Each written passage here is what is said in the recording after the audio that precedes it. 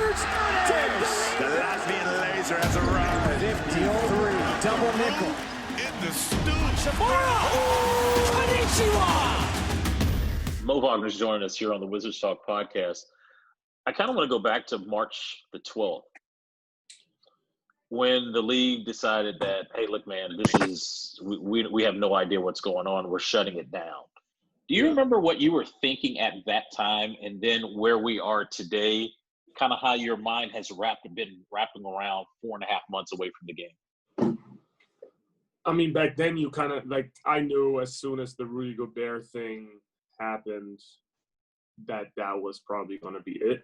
So it was like, but that happened. It was almost like a free agency market, July 1st, where your phone would explode with messages after message with developments. Like at first it was, I don't know, national cautious, and then all of a sudden America got panicked. Like within 24-hour window, everybody panicked, and it got to me too. And then and the NBA thing happened. The game got postponed or whatever in Utah or in OKC, I think it was. And then Rudy Gobert was positive. And then in a matter of minutes, the NBA had been suspended. Meanwhile, I'm watching Dallas against Denver on national television right now. Did you see Mark Cuban's face when he was reading the tweet? I turned up the volume to see how Doris Burke would react because, I mean, that's such a unique situation. I wanted to be part of that, you know? Yeah. And then obviously back then I kind of thought we were going to go to Boston. I was going to pack my stuff that night to go to a Boston game the next morning, to go to practice and then go to Boston. And, I mean, you kind of think day by day, and then Tommy called us and said, yeah, no practice tomorrow, whatever. The next day, yeah, stay at home till this weekend. I'm like, okay. So 4-day quarantine, it'll all be over. And then it just keeps extending like that. And I mean, for me, it was also weird because my parents were there. They had been there for a couple of weeks, and then they were planning on going to the NCAA tournament for my brother, and they were in Indiana at the time to watch him play the Big Ten tournament, I was excited because the next day his first game was on, and they canceled that last minute too. So my parents were there and had to drive back to DC. So I had to figure that stuff out as well. And then my brother, a week later, came to join us in DC. So we had the whole crew together for at least 2 weeks. That was really cool. And then my dad left to work because we were afraid that the country would shut down, and my dad had to work. So kind of had to make a decision there. And then my mom stayed with me and my brother, and we had a good 3 months, you know. But again, I'm happy it's kind of over, and I think you learn a lot in these times, weird times, but because it's what makes it unique is that it's so different that is unique for everybody. Nobody has been there before, so you can't really ask anybody for advice. You got to figure it out yourself, and that's what made it very interesting to me. The one thing that I heard from you last week, which it's funny now. I don't know if it was funny then, but where you live, back in the alley, you needed to find a way to get your game together, right? I mean, you knew eventually you were going to get back to work, and kind of explain to the listeners like what you and your brother did to make sure that you got some shots up. Well, I mean, obviously it's not like you can't train on an outside court, you know, not in the middle of the city. So what we did, we asked my agent. My agent had an opportunity for us to send us a basket, outdoor basket to build, and we set it up, and we said yes, please. And then we set it up outside. It got sent to the wrong address. It was terrible. We had to carry it through DC. It was awful. And then in the back alley of my house, we kind of set it up. So I live in like a townhouse, you know, in DC, and then they have the back alley. So it's not my area, but I mean, might as well use it, you know? Yeah. So we set it up in front of the garage and one of these outside DC garages. And yeah, I mean, it sounds cool. It took us 3 days to build it. It was a pain in the ass, honestly. Excuse my language. And then you shoot on it a couple times, and you're obviously happy they get to play a little bit. But I mean, it's it's more mentally that you get to play basketball or get to act like, it's not we got better, Right. So it's definitely different. But again, everybody had to figure it out for themselves. So my brother and I love basketball, so might as well do some free throw bump out games or whatever, and imagine like old school, like we were 8. So that's kind of what we did, and it got us through. Okay, so there's 2 things that I'm visualizing right now. One is you and your brother actually walking down the street with this hoop and just having people kind of just looking like, what are these 2 7-footers doing, right? I And can send you a picture. It looked absolutely ridiculous. I totally need to see a picture of this. Yeah, I got you. And the other thing is, like, when you're playing like knockout or whatever, who won? Well, so that's the interesting part. Me and my brother have successfully avoided any competition on the court the last 5 years, just because it got into a point where we want to be friends, if that makes sense. It makes total sense. And we're different players too, so it's like I'm more of a big man and he's more of a guard. So we can play one-on-one and then can hate each other for 2 weeks, We can also might as well just let it go and don't do it and be friends. So I made sure I won the last one, and then we never played again. I made sure we never play again once I realized, okay, it's getting hard keeping him in front of me. I am. You and I had talked throughout the year. Yeah, you and I had talked throughout the year. I'm a big fan of his game, right? I just really enjoyed watching him play. And you're right, you guys are completely different. But I get you'd rather preserve the relationship than wondering about who is better. Yeah, I mean, the automatic question is always like, who do you think is better? Like, people come up to me and ask me that, and I'm like, what do you think I'm going to say? Like, you think he's better than me? Like, if you know me a little bit, I'm not going to admit that. Right. But at the same time, I wish I would have been where he's at right now at that age. Like, that, so but I also take credit for that, So it's because I used to whoop his butt every time we went out there, and I didn't have that big brother that would do that to me. So it's kind of give or take, and I don't see it as way who's better because we're so different. I would love to play with him, as a matter of fact, rather than against him at some point in my career. So that's the brother topic for you. There you go. But just kind of plant the seed in Tommy's ear. Just let him know that, hey man, in a couple of years when your brother wherever it is, if it's here or in the national team, like, or when we both old and retire somewhere in Germany or whatever it is, or if it's in a TBT when we both 40, like whatever. I just want to like have the feeling of playing with my brother again, because I've never done that in my life. We know each other so well, we can never play basketball together, which is absurd to think of, but it's a fact. How did you handle kind of the mental part of not being able to control the controllables during this pandemic?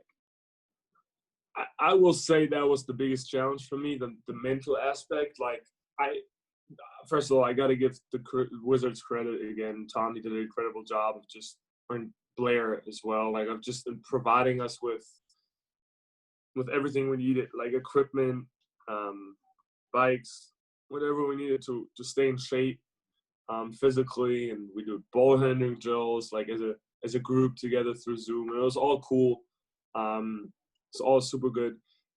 But that staying in shape thing is one thing, that's like kind of your job. You do that anyway. Like that shouldn't be hard if you take your job serious.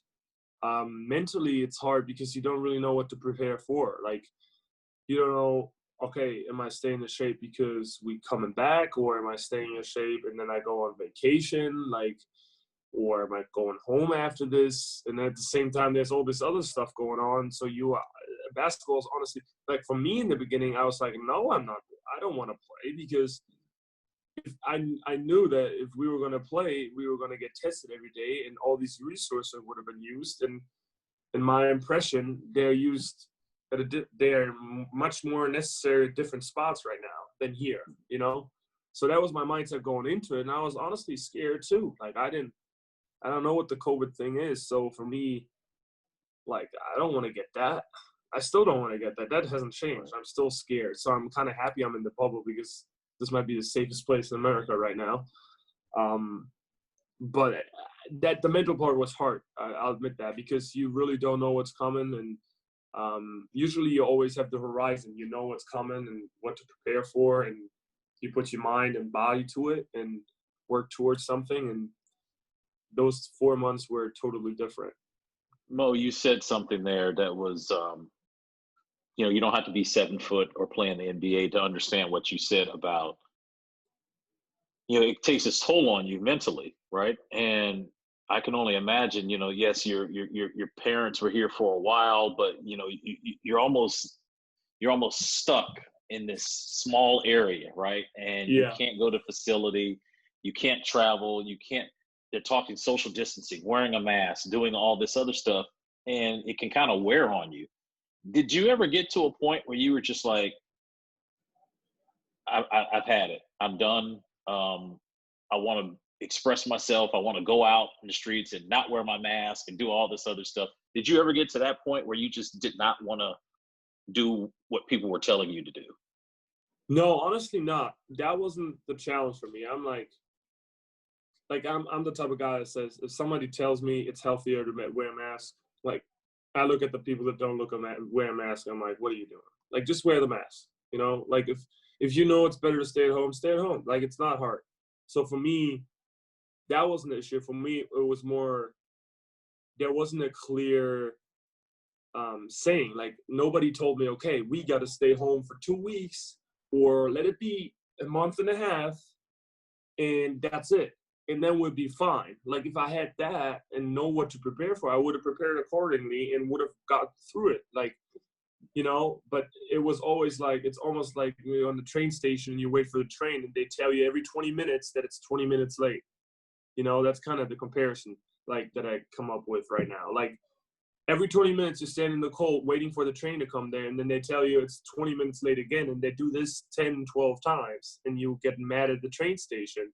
And that's kind of how I felt. Like, okay, wear a mask, panic, stay at home, that's fine. We don't really know what's going on. Then there's this plan with all the different states. Georgia's opening. Then there are political components that joined the conversation, which I didn't really get. And then one state is doing this, the other is doing that, and you completely lost because you're supposed to play basketball. So that was hard. But if I knew, okay, you have to, I'm convinced that if you told me, okay, Mo, you have to be somewhere for 3 months straight and wear a mask to go outside, I would say, okay, we'll figure it out.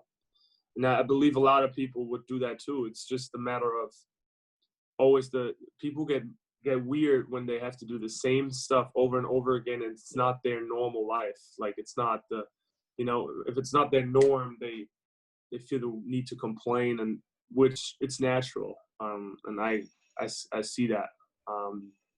So it's unfortunate, but that's unfortunately how it is. Yeah, it's kind of like Groundhog Day. You're doing the same thing every day. Yeah. But, you did mention kind of the political element of this, and I want to get to that in a moment, because I found some of our best conversations you and I had throughout the season was not even talking about basketball. I think you're so smart on that part of it. Thank you.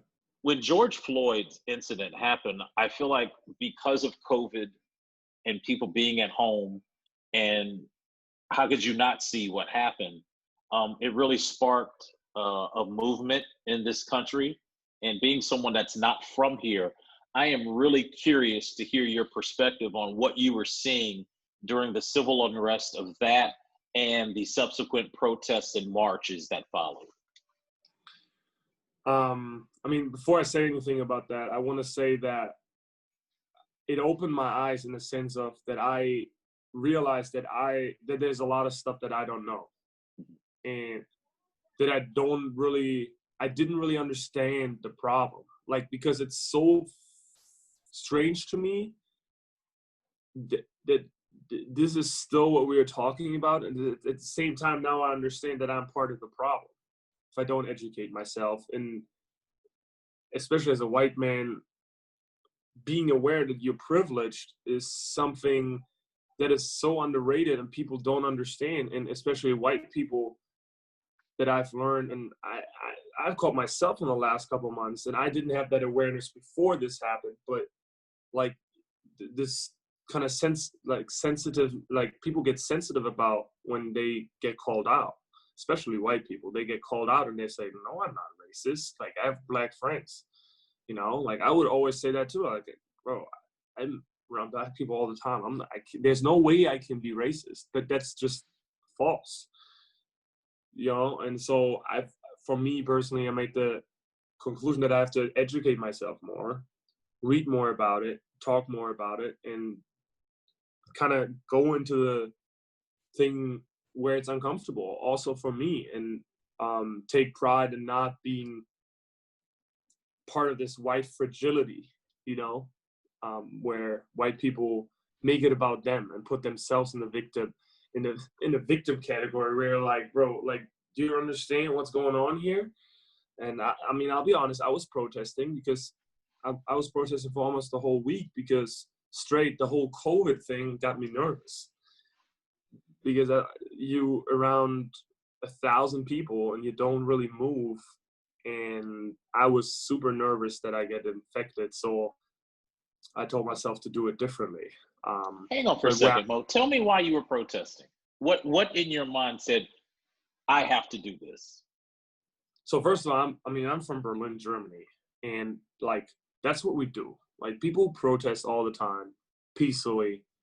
Like, there's no problem. There's no political discussion about whether that's okay or not. It's a fact. It's a known fact. Everybody, like, people do it, and that's it. So for me, that's just given. Like, that's normal. That's the essence of democracy for me as a human being. I learned that growing up. So for me, it was obvious. So we go. And we went as a family, me, my brother, and with some friends. We went, and it was one of the most, and I play a team sport. I've played a team sport since I'm little. This was the most electrifying and energetic thing, unifying thing I've ever been a part of, just because it is very powerful, I think. And I made the decision to protest because it's not enough for me, and I'm not criticizing any other people, but because it's very hard in this topic, again, like I can't, and I get emotional about this, but like I can't call out somebody and then think I'm an activist. Like, I can't do that. I gotta look at myself first, you know? So that's why I want to make clear that I'm not criticizing anybody. I'm just saying, for me, it wasn't enough to just post a picture and say something smart underneath it, but to also follow action. And then however that action looks like, I have to define for myself. And the first week was protesting. The COVID thing all messed it up for me. Otherwise, I would have worked out in the morning, went protesting, took a nap, and worked out again. But it just doesn't work like that because of the COVID stuff. So I turned myself, okay, I'm going to read more, I'm going to educate myself, and I'll have more conversations about it, because that's kind of the stuff I can do now.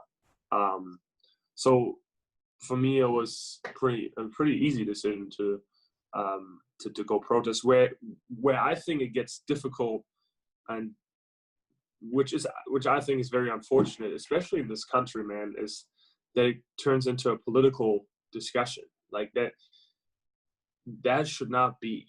It should not be a left versus right thing. And it's something that I've picked up in America ever since I've been here, that it's always one party against the other one. There's only two parties, and it's always against each other. It's never, like, it's never together. We go in somewhere together. And that might sound extremely naive, but I'm telling you, there are other countries that do it that way, and it works. It works pretty well. And I'm not saying, because when I say that, then people go, so why are you here?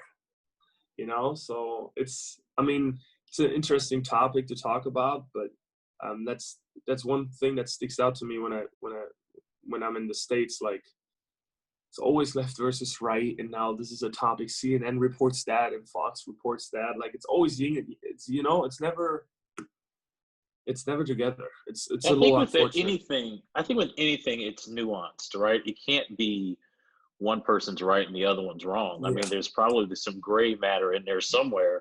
The one thing that I so appreciate, talking to you, being a young person that has the ability to use, your platform to speak on things like this. When you said you wanted to educate yourself, did you just read, or did you seek out teammates, Black friends, and kind of ask, how do you feel about this? So I talked to my friends about it a lot, especially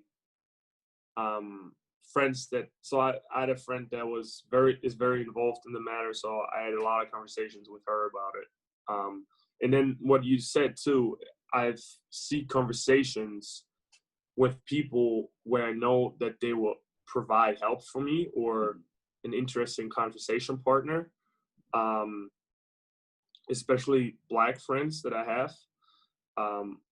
Also at home, because I think in Germany it's not enough talked about enough, because there are other problems that overlie and people see first before they see racism. But so I have conversations about that, and then I read. I'm not a big reader, so this has been a development for me as well, that I sit down and calm down for an hour and read a book. Like, that hasn't happened since school. As a matter of fact, it never happened in school either. So that's still a challenge for me, but I'll do it because I think it's very interesting, and everybody has to do it. If they don't know stuff about it, they should, be knowledgeable about it. And yeah. So what I've also, these conversations made me realize that the George Floyd thing, that's the tip of the iceberg. Like, yes, that happened and that's in the media, but like, racism is so much more than just cops harassing and killing Black men and women. It's like the subtle things. Like in Germany, I have a lot of Black friends, and the first thing I've heard because I asked them, like, what's racism for you and how do you like get to experience it in a daily life? And the first thing that I've never picked up on is they always get asked in Berlin, they always get asked where they're from, or people speak in English to them right away, even though they're in Germany and they're born in Germany. Just because they're light skinned or Black doesn't mean, and that's not meant in a negative way, but that's still racism. So if I as a white man do that, that's like, I'm being racist, and there's no reason to be fragile about it and sensitive about it. There needs to be a certain awareness about that stuff and willingness to talk about it, so you can get rid of these subtle things, because I think that's so underrated, and people don't know about it, like. So Isak, would Isak go through that? Is that something that you would have a conversation with him about? Actually, I didn't really talk about with Isak as much, but I'm sure if you ask Isak, that when you ask him, I'll ask him tomorrow, as a matter of fact, but like, he'll tell you that people speak English to him right away in Germany, 100%. Or I ask him, where are you from? Like, so, because by asking him, where are you from, you immediately saying you're not from You can't Germany. be from here. Yeah, you're not from here. And that's race. I mean, racism has this negative connotation, like, but it's these subtle things that are not meant negatively. And I've learned that. So I've kind of accepted the fact, okay, I've done racist things, but I can, like, by educating myself and being aware about it, I can learn from it and get better. And that step doesn't occur with most white people, unfortunately. And because it's this, like I said again, it's this, I get sensitive about it. I'm doing my life, and I'll do everything right the way I want it to. And unfortunately, it's very inherited here. Man, I could talk to you really about this topic all night, but I promised you a time period. I'm going to keep that time slot. Moe Wagner joining us here on the Wizards Talk podcast. I would be remiss if I didn't ask you some basketball stuff, right? Oh, but I want to go back to this time a year ago. I think it was the first time that I met you. I met you in the Las Vegas Summer League. And do you remember when we were in the car going back to your hotel? You were sitting in the front seat. So the first question I asked you was... I lost my wallet or something. Yeah, I was all messed up because there's so much stuff going on.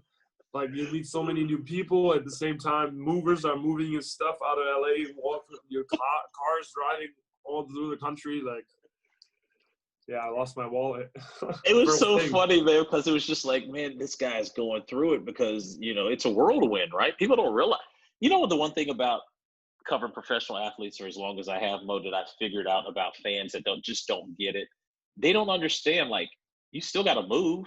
You still got to find a place. You still got to do things that, like, us normal people do, and you still have to perform at, like, this high level, right? So I just remember that. It hit me the other day. I was like, hey, I want to try to get Mo on this podcast. I'm like, well, it was like this time last year when I first met him. What was it like when you first came over to the States? You were telling me earlier you had like a year after school kind of getting adjusted to life, and then boom, you're off to Ann Arbor. What was that like for you kind of coming over to the States? Well, I mean, it was like we talked about it a little earlier. Like you don't really have time to adjust. It's basically like you learn how to swim by getting pushed into the water. Like it's almost like you have no time to turn around or ask questions because you're gonna drown.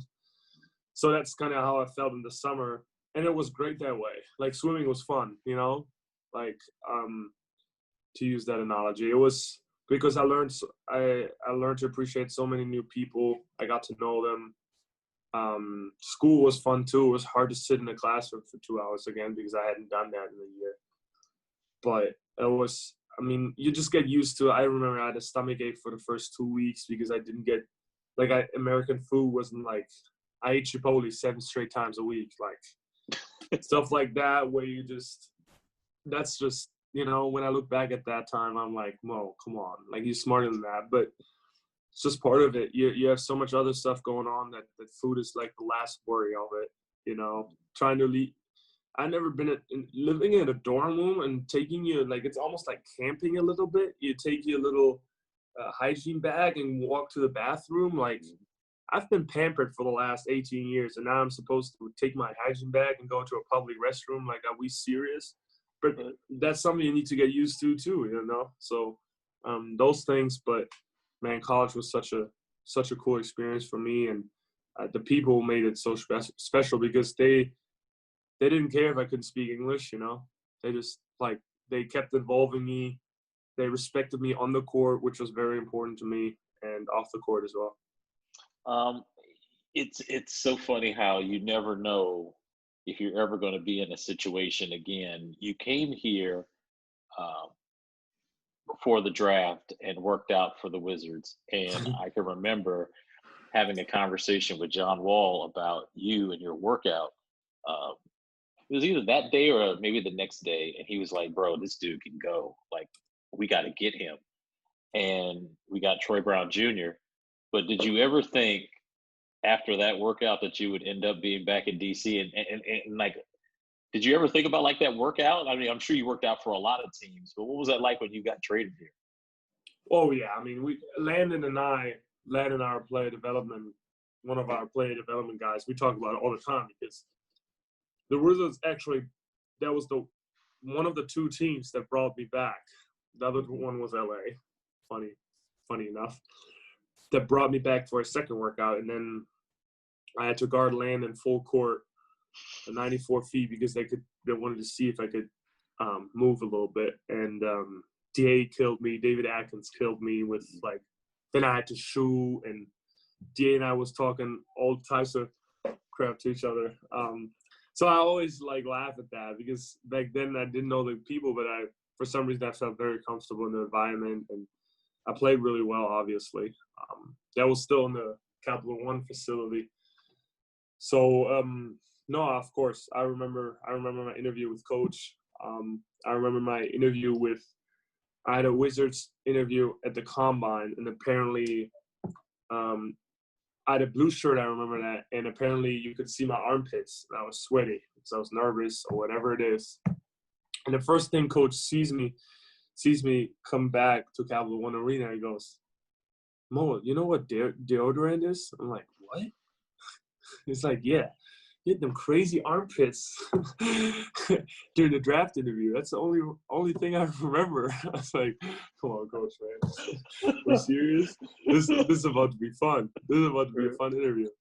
And obviously, draft day was special for me. So I had no regrets there. But I'm very happy to be here. To be here now, and clearly, John is ready for next year. Yeah.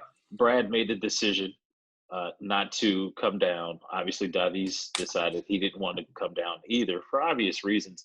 You're learning, Mo, I think you've probably figured this already out because you're smart, kind of like the business of basketball and understanding that all of you guys are corporations, right? And you have to make the decisions that's best for you and your family, but you also have to think of your teammates. So being down in the bubble without those guys, how are you using this to not only get yourself better, but to use these 8 games as an opportunity to get these young guys up to speed so when next year does roll around, you guys can be as good as you want to be? Well, I mean, you could just tell them what you just said, and I think that's it. I mean, that's exactly how you do it. You just have that mentality. We're a super young team. I think Jan and Ish are the only ones older than 23. Our grandpas. Don't tell them that I said that. They already know. We're all hungry. We're all super young. So I hope our staminas are great. And we can go and stay healthy. And we don't play to play. We all learned how to play to compete and play to win. So I think that's all you need. And then you need to be in shape and need to be healthy, and then the rest happens. But I think the incentive stays the same. The intention for us young players is to prove ourselves and win games. And that's why I'm happy that we get back to play together, because I would be playing right now anyway in this time, but now I get to play with actually like meaningful games with my guys, that makes sense in the long term. So this is a win-win situation for us. And we know how to compete, all of us. It's like I said, it's just health, shape, and then let's go. There's nothing, this is the thing about this situation. There's almost nothing to lose. Like, you're here, you might as well win. You might as well play to win. I'm not going through 3-week quarantine in Orlando hotel room to just show up and say bye-bye, So I think we all feel that way. Coach Brooks is giving us that mentality. He's the same way when he was a player. So I think everybody is kind of shifted towards that mentality. I want to finish with this. I got 2 quick ones. One, a funny one. Have you taken the charge yet in practice, and how much are you looking forward to taking the charge? Yeah, I miss it, man. I'm not gonna lie. I taken one first or second practice, I think, on Jerome Robinson. That was dope. I remember. I'm back. Yes. I said that. I shoot it out loud. No, it's obviously. The game still is pretty fast for me right now. Like, I think I don't know if it's a big guy thing or it's just me, but like the first practice I realized, damn, like basketball is super fast. It's different with other players on the court. You can work out as much as you want. So today felt a lot better, and super happy to get this opportunity. And again, I can only emphasize this group is so much fun. Like, whether that's staff or players, just to be around them and spend time together is special, man. Literally can't wait for tomorrow's practice. And it's cool to be here, seriously. And my final question is, obviously, the league is allowing players to put messages on the back of their jersey. Have you decided if you want to do that or not, or are you going to participate? It was funny because I thought about it. I was like, before the list came out, I was like, yeah, I'm definitely going to put go vote on it, because that was like my mindset.